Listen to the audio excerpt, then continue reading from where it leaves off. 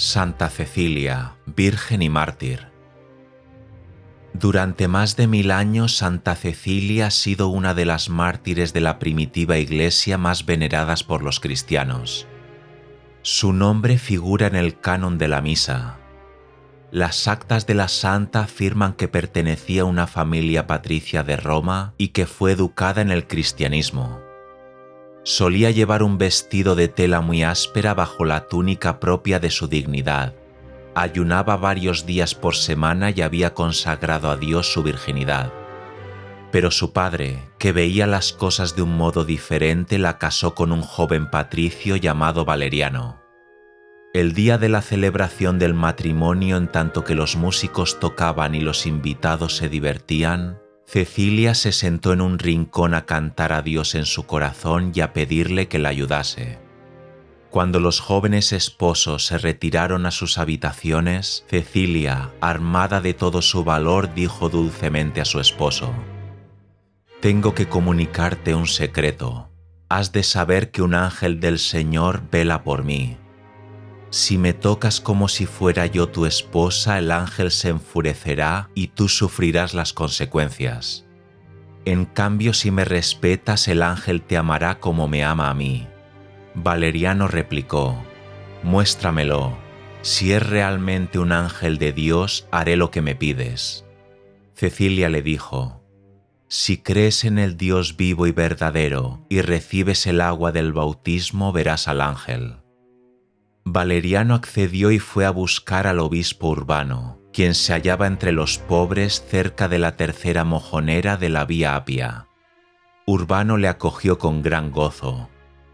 Entonces se acercó un anciano que llevaba un documento en el que estaban escritas las siguientes palabras: «Un solo Señor, un solo bautismo, un solo Dios y Padre de todos, que está por encima de todo y en nuestros corazones».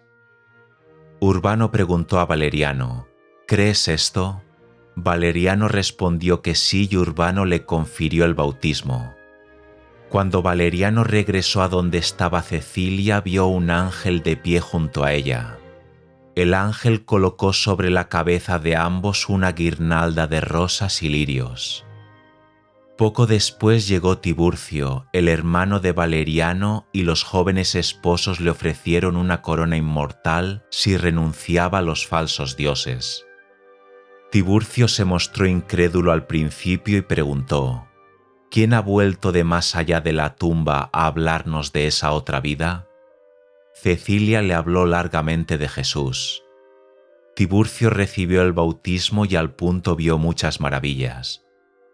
Desde entonces los dos hermanos se consagraron a la práctica de las buenas obras. Ambos fueron arrestados por haber sepultado los cuerpos de los mártires. Almaquio, el prefecto ante el cual comparecieron, empezó a interrogarlos.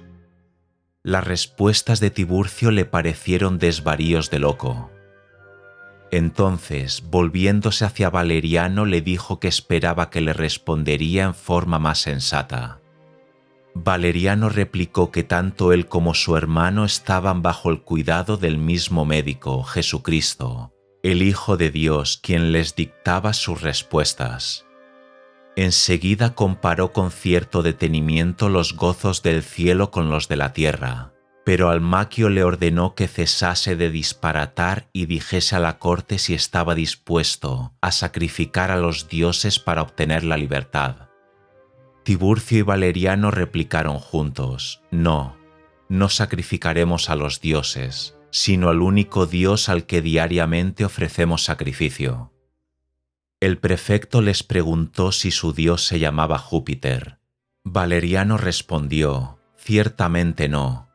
Júpiter era un libertino infame, un criminal y un asesino, según lo confiesan vuestros propios escritores». Valeriano se regocijó al ver que el prefecto los mandaba azotar y habló en voz alta a los cristianos presentes: «Cristianos romanos, no permitáis que mis sufrimientos os aparten de la verdad. Permaneced fieles al Dios único y pisotead los ídolos de madera y de piedra que Almaquio adora. A pesar de aquella perorata, el prefecto tenía aún la intención de concederles un respiro para que reflexionasen. Pero uno de sus consejeros le dijo que emplearían el tiempo en distribuir sus posesiones entre los pobres, con lo cual impedirían que el Estado las confiscase. Así pues, fueron condenados a muerte. La ejecución se llevó a cabo en un sitio llamado Pagus Triopius, a 6 kilómetros de Roma. Con ellos murió un cortesano llamado Máximo, el cual, viendo la fortaleza de los mártires, se declaró cristiano. Cecilia sepultó los 3 cadáveres. Después fue llamada para que abjurase de la fe. En vez de abjurar, convirtió a los que la inducían a ofrecer sacrificios. El Papa Urbano fue a visitarla en su casa y bautizó allí a 400 personas, entre las cuales se contaba Gordiano, un patricio quien estableció en casa de Cecilia una iglesia que Urbano consagró más tarde a la santa. Durante el juicio, el prefecto Almaquio discutió detenidamente con Cecilia. La actitud de la santa le enfureció, pues ésta se reía de él en su cara y le atrapó con sus propios argumentos. Finalmente, Almaquio la condenó a morir sofocada en el baño de su casa. Pero por más que los guardias pusieron en el horno una cantidad 7 veces mayor de leña, Cecilia pasó en el baño un día y una noche sin recibir daño alguno. Entonces el prefecto envió a un soldado a decapitarla. El verdugo descargó 3 veces la espada sobre su cuello y la dejó tirada en el suelo. Cecilia pasó 3 días entre la vida y la muerte. En ese tiempo los cristianos acudieron a visitarla en gran número. La santa legó su casa a Urbano y le confió el cuidado de sus servidores.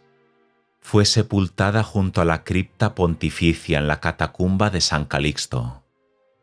Esta historia tan conocida que los cristianos han repetido con cariño durante muchos siglos data aproximadamente de fines del siglo V, pero desgraciadamente no podemos considerarla como verídica ni fundada en documentos auténticos.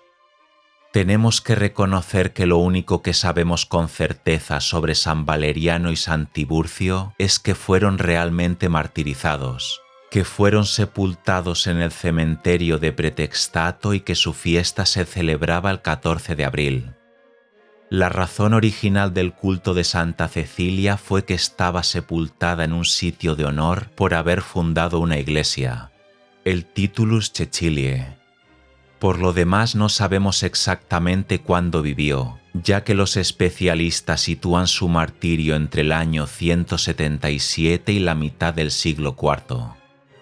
El Papa San Pascual I trasladó las presuntas reliquias de Santa Cecilia junto con la de los santos Tiburcio, Valeriano y Máximo a la iglesia de Santa Cecilia en Trastevere.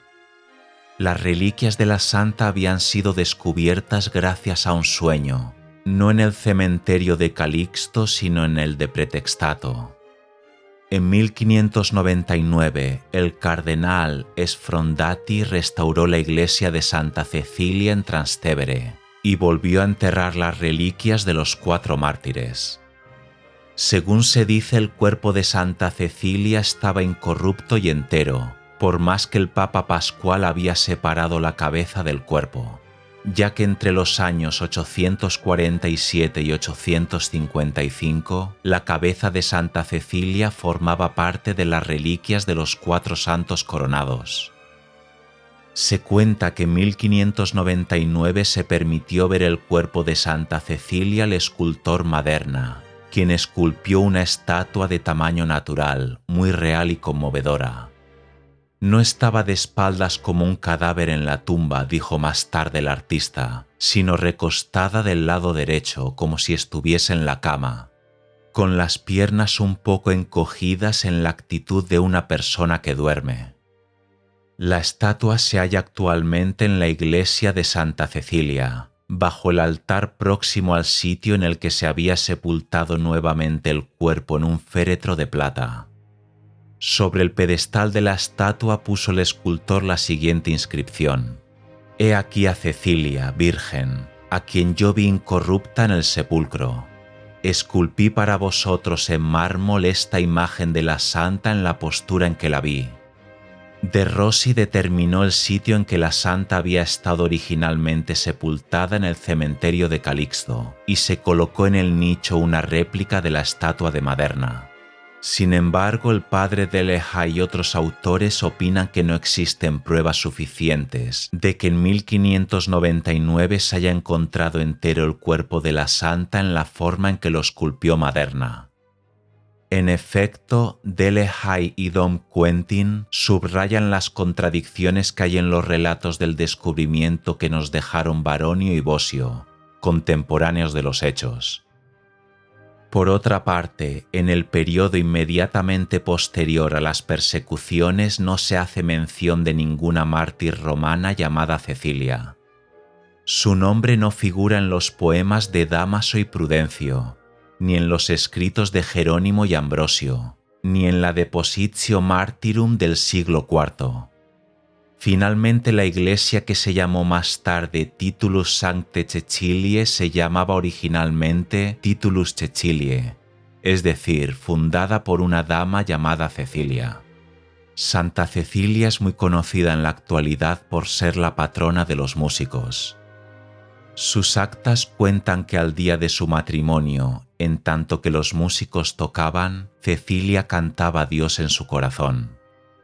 Al fin de la Edad Media empezó a representarse a la santa tocando el órgano y cantando. En la primera antífona de los laudes del oficio de su fiesta se suprimieron las palabras en su corazón.